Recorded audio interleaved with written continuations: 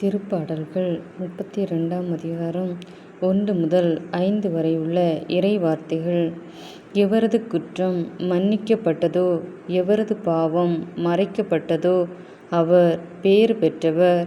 ஆண்டவர் எந்த மனிதரின் தீச்செயலை எண்ணவில்லையோ, எவரது மனத்தில் வஞ்சமில்லையோ அவர் பேறு பெற்றவர். என் பாவத்தை அறிக்கையிடாதவரை நாள் முழுவதும் நான் கதறி அழுததால் என் எலும்புகள் கழன்று போயின. ஏனெனில் இரவும் பகலும் உம் கை எனக்கு எதிராக ஓங்கி நின்றது. கோடையின் வறட்சி போல என் வலிமை வறண்டு போயிற்று.